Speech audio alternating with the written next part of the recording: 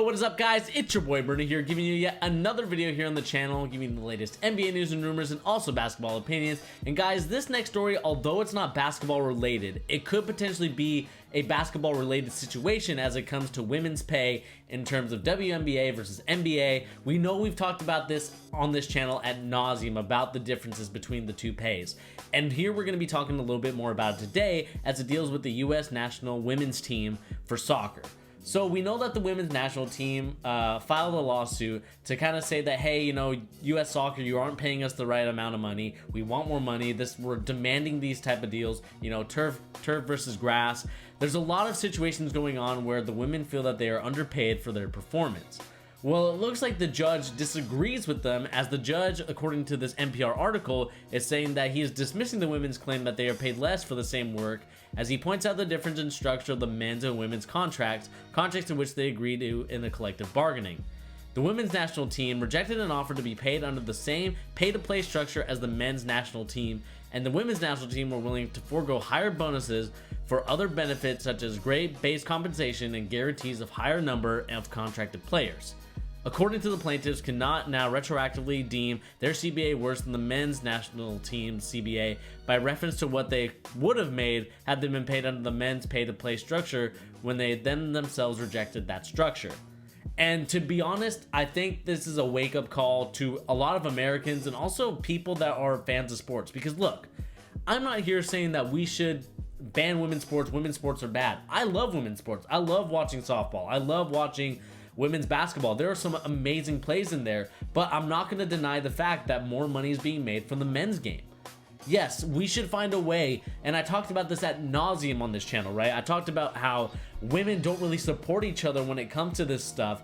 I don't see Beyonce, like I talked about Nicki Minaj, like I don't see these women wear jerseys of women basketball players, or I don't see any of these women who are in higher power in Hollywood, or whether it's in sports or whether it's in media. I don't see them representing other players. I mean, the girl from Oregon is a very good basketball player. I can't remember her name. I'm gonna look it up right now because she is really good, and I think that she's not getting the recognition she deserves because there are not a lot of women talking about her. Like, yes, I'm seeing her in the social media aspects, but is ESPN gonna cover her? No, not unless, you know, like I said, it needs to be a dominant team like the US women's team has been. But the problem is that they decided to go with a different structure. And look, there's nothing wrong with going with a lower base, not higher bonuses. And you know, the women would have made the same amount, not even if more than the men's team, if they would have gone the other way and said, you know what, we're gonna rely on our talent, we're gonna rely on what we can do here in the World Cup and what, you know, the kind of dominant run they've been in, and they could have earned more money than the men. It's just a sad situation to see that these women are very salty and upset because, you know, it's a would have situation, right? For example, if I would have invested the 10 cents or however many Apple stock was back in the day, I'm not that old, but let's say, for example, Amazon, like, you know, if my dad or my mom invested money into them, we'd be rich. Like, you can't do the what ifs in here, right? What ifs and close enoughs are only good in horseshoes and hand grenades, from what I've been told.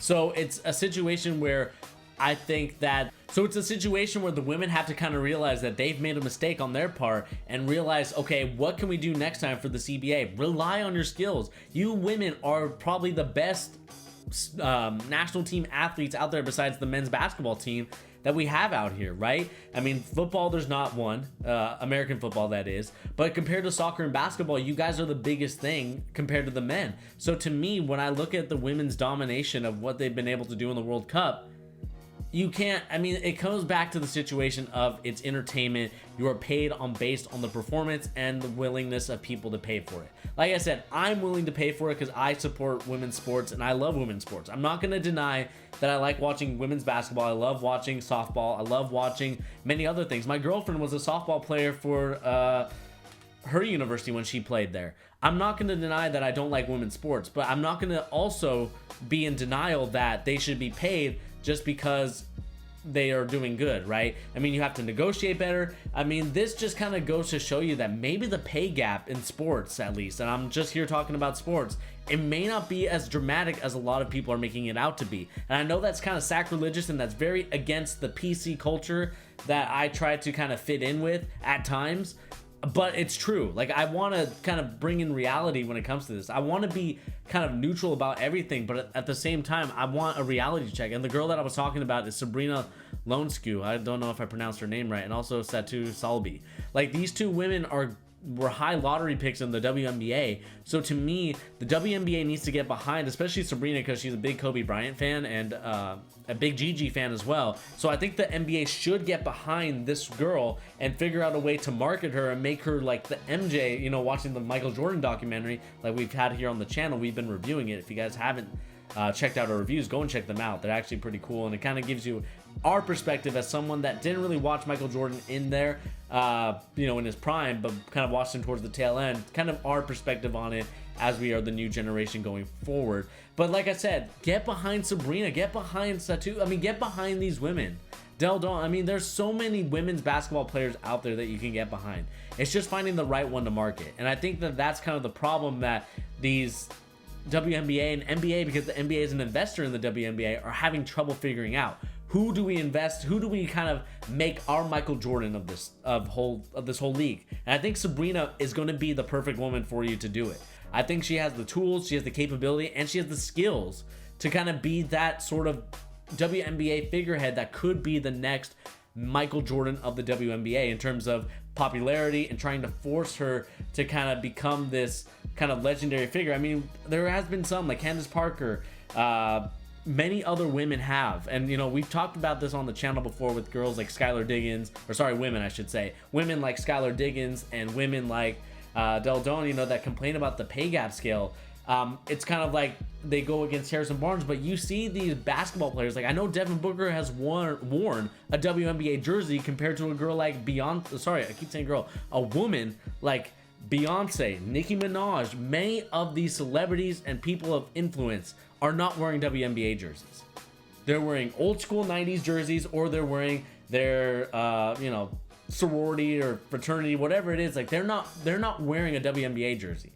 And that sucks to say, because like I said, I want to see the women succeed. I want to see the whole sort of situation that's going on with the men and the women. I don't want there to be a divide, because ultimately that's what it feels like it is right now. And I know that's kind of a disappointing note to leave on this video, but I do think that it's a disappointing thing, because like I said, I want to see the women succeed. I'm not here to bash the women. I'm not here to say it's your fault because you took a dumb contract. No, I'm saying is that we need to start looking at solutions as to how we can make the WNBA profitable. Because like I said, you know, if without the WNBA and, you know, the NBA kind of having their ordeal, I'm not having these type of videos, right? If sports aren't being paid for like they're used to, then I don't have videos like this to create. And that's going to be a sad situation, because I want to go into a situation where I'm covering Sabrina in the WNBA finals and figuring out, is she going to go, you know, 6 for 6, or is she going to go and get her first championship in her first season? Obviously, due to the situation going on with quarantine and 19 going on, like I don't, you know, that's going to play a big factor into it. But like I said, I want to see these women succeed. I want to see the WNBA succeed, but it's all about not blaming and pointing fingers, but figuring out solutions. And like we talked about with the U.S. women's national team, that's a bad contract. That's something that's on you. Collective bargaining, you decided, and to be fair, you decided that it's lower risk. You're not going to take the big risk of, you know what, if we don't perform well, or, you know, the country's not going to get behind us, then we're not going to make that money. So to me, this just kind of goes to show you that, first of all, as a capitalistic society as we are in the United States, take advantage of it. Look at yourself and say, how can I market myself? I mean, you're seeing these girls on Instagram, you're seeing what guys are doing on Instagram, YouTube. I mean, you're seeing all this influential culture from my generation going on up. You know, as someone who's 25 years old, and our generation kind of growing up, and the generation below us growing up, there's plenty of ways to make money. You know, maybe 19 might change a little bit of those things, but nevertheless, there's still ways to make money and still ways to make yourself a popular influencer. But it all depends. Seriously, it all depends on what you're able to do. Like I said, I think the WNBA should get behind Sabrina. It should get behind Satu. Like, it should get behind. I think it should get behind her. I don't see why the WNBA would just kind of forget about her. And even like a girl like Kelsey Plum, who came from here in Seattle from the University of Washington. That's someone else that you could have marketed, and they fumbled the bag. And I think that it all is depending on what is going to happen here on out. What can the women do? And I want to ask genuine questions to the comment section, and also if this video ends up on Instagram and Twitter or wherever else you can find it. What are ways that women can find sports, I should say, in sports to kind of muster up more attention, more people covering them? Like, what do you guys think is going to help them succeed in that? And I'm not here to listen to the jokes and the memes about women in the kitchen and all that stuff like that. Like, it's old, it's overplayed. I'm tired of it. But I also want to find solutions as to how we can get these women paid, and also, you know, kind of also helping these women understand, like, there is certain ways they have to kind of go about this stuff, and figuring out a way to get paid is going to be one of them.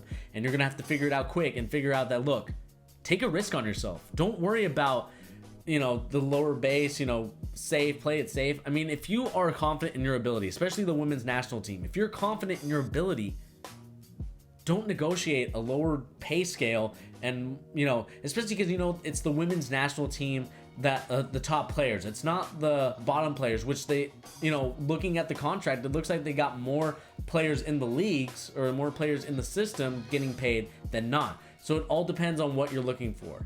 Are you looking to do it the men's way, or are you looking to do it your way, which was to, you know, have more women paid but less pay for you? That's the biggest question that you have to figure out. And, you know, it comes down to, you know, working, you know, it comes down to that fundamental fact of whether you want to work for commission or whether you want to work at a base salary and hourly salary. That's what it's going to come down to. But anyway, guys, that is just my opinion. Like I said, put in the comment section what your guys' opinion is of what the WNBA can do, and also what women's sports can do to get them popping.